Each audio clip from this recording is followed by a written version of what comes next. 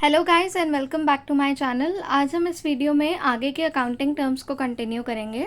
हमने previous video में जो है 5 अकाउंटिंग टर्म्स को कवर कर लिया है। जो अकाउंटिंग टर्म्स थे हमारे business transaction, event, account, capital और ड्राइंग्स। ठीक है, तो हम इसमें आगे कंटिन्यू करते हैं। अब जो हमारी अकाउंटिंग टर्म आती है पहली इसमें, दैट इज़ लाइबिलिटी। ठीक है, अब लाइबिलिटी क्या होता है? लाइबिलिटी मैंने बताया था प्रीवियस वीडियो में कि लाइबिलिटी होता है उधार।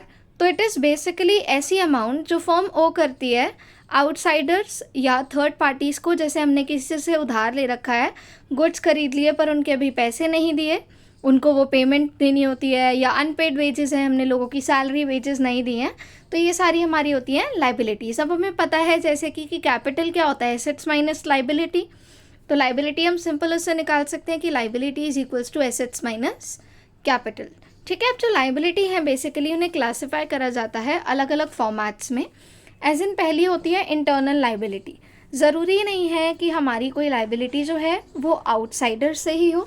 फॉर एग्जाम्पल हम कैसे ज्यूम कर सकते हैं इस केस को कि जैसे मैं 2 पार्टनर्स हैं, हम लोग काम कर रहे हैं, मैंने अर्जेंसी में एक पर्टिकुलर पार्टनर से ही बिजनेस के थ्रू उधार ले लिया फॉर एग्जाम्पल।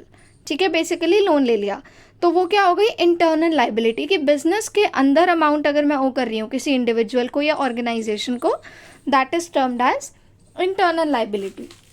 एक्सटर्नल लाइबिलिटी हो गई भाई पेमेंट टू आउटसाइडर्स, क्रेडिटर्स वगैरह। ठीक है, अब आती है non current liability. Non current liability क्या हो? नॉन करेंट लाइबिलिटी वो लाइबिलिटीज़ होती हैं जो एक ऑर्गेनाइजेशन लॉन्ग टर्म के लिए लेती है, which is we can say for a period of 3 years 5 years। ठीक है, फॉर एग्जांपल हमने लॉन्ग टर्म लोन लिया है, बैंक से लोन लिया है, ठीक है, या फिर डिवेंचर्स हैं, हमने किसी कंपनी के डिवेंचर्स लिए हैं लॉन्ग टर्म के लिए, अपनी कंपनी के डिवेंचर्स जो है डेट्स लिए हैं। तो लॉन्ग टर्म के लिए जो चीज़ लेते हैं that is a non current liability.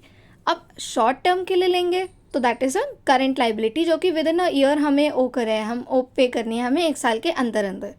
For example short term loans, creditors को पेमेंट करना, आउटस्टैंडिंग पेमेंट्स करना, एक्सपेंसेस करना जैसे सैलरी वगैरह, तो ये सारी आती है अंडर करेंट लाइबिलिटी। अब आता है एसेट्स। एसेट्स क्या होता है? बेसिकली जो कंपनी के खुद की चीज़ें होती हैं या उनके पास होती हैं जिनसे उन्हें लॉन्ग टर्म में क्या है फ्यूचर में बेनिफिट मिलने वाला है। जैसे लाइबिलिटी हो गई, हमें किसी को उधार देना है, ठीक है, हमें किसी से उधार लिया, हमने उसकी पेमेंट देनी है, दैट इज़ अ लाइबिलिटी।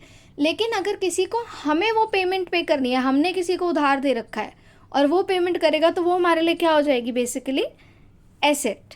ठीक है, तो ये डिफरेंस होता है।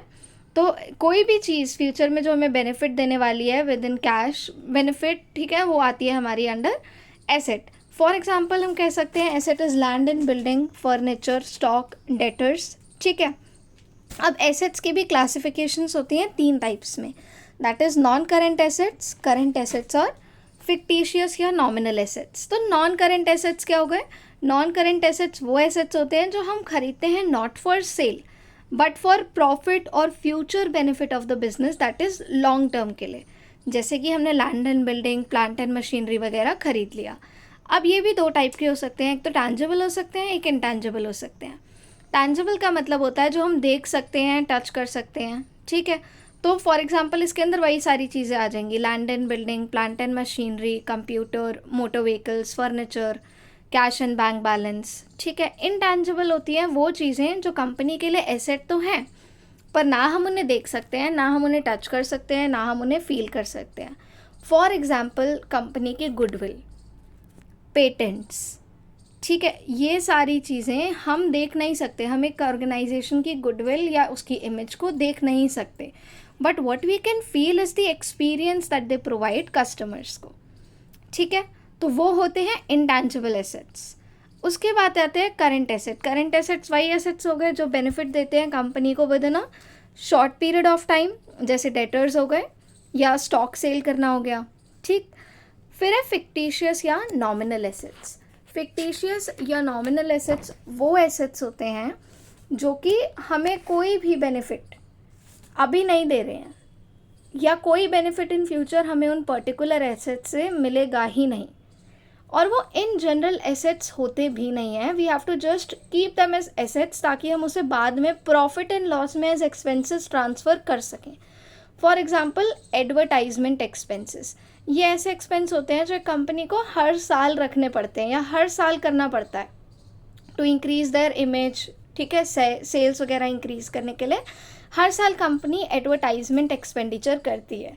तो कंपनीज क्या करती हैं, उस एडवर्टाइजमेंट एक्सपेंसेस के खर्चे को, जैसे फॉर एग्जांपल 50,000 हर महीने एज अ कैश बैलेंस रख लिया, तो अभी वो रखा हुआ है इसीलिए उसको एसेट बोल रहे हैं, पर इन फ्यूचर उससे हमें कोई बेनिफिट नहीं मिलेगा। जब हम खर्चा करेंगे नेक्स्ट ईयर, फॉर एग्जांपल मैंने वो 50,000 खर्चे, तो नेक्स्ट ईयर वो मेरे एक्सपेंसेस में काउंट हो जाएंगे। तो बेसिकली हम उसे बस इसीलिए दिखा रहे हैं क्योंकि अभी रखा है पर फ्यूचर में खर्चना है, ठीक है।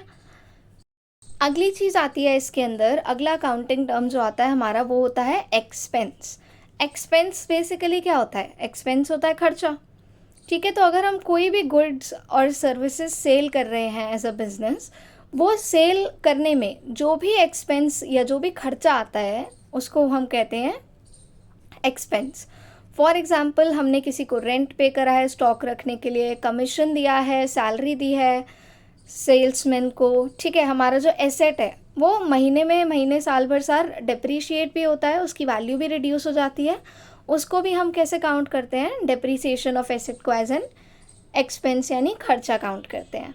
और गुड्स को सेल करने में कोई भी हमारा खर्चा आया, ट्रांसपोर्टेशन का, डिलीवरी चार्जेस है, वो सारे हम एज एन एक्सपेंस ही ऑर्गेनाइजेशन के लिए ट्रीट करते हैं।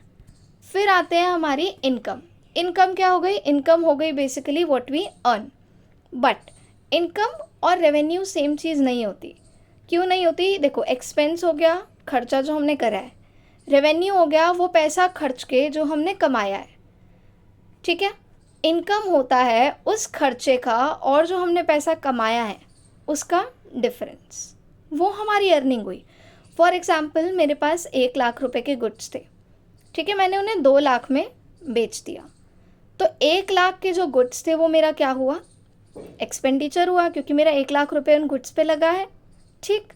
2 लाख में जो मैंने बेचे वो क्या हुआ, रेवेन्यू हुआ। क्यों, क्योंकि सामने वाले ने मेरे गुड्स 1 लाख के गुड्स खरीदे और मुझे 2 लाख रुपए दिए, तो मेरा 1 लाख रुपए का यहाँ प्रॉफिट हुआ ना। तो वो 1 लाख रुपए का जो डिफरेंस है या प्रॉफिट है वो एक ऑर्गेनाइजेशन की क्या होती है, इनकम, ठीक है। आज की वीडियो में गाइस इतना ही, आगे के अकाउंटिंग टर्म्स हम फिर से नेक्स्ट वीडियो में कंटिन्यू करते हैं। For more videos like, share and subscribe, and thank you so much for watching.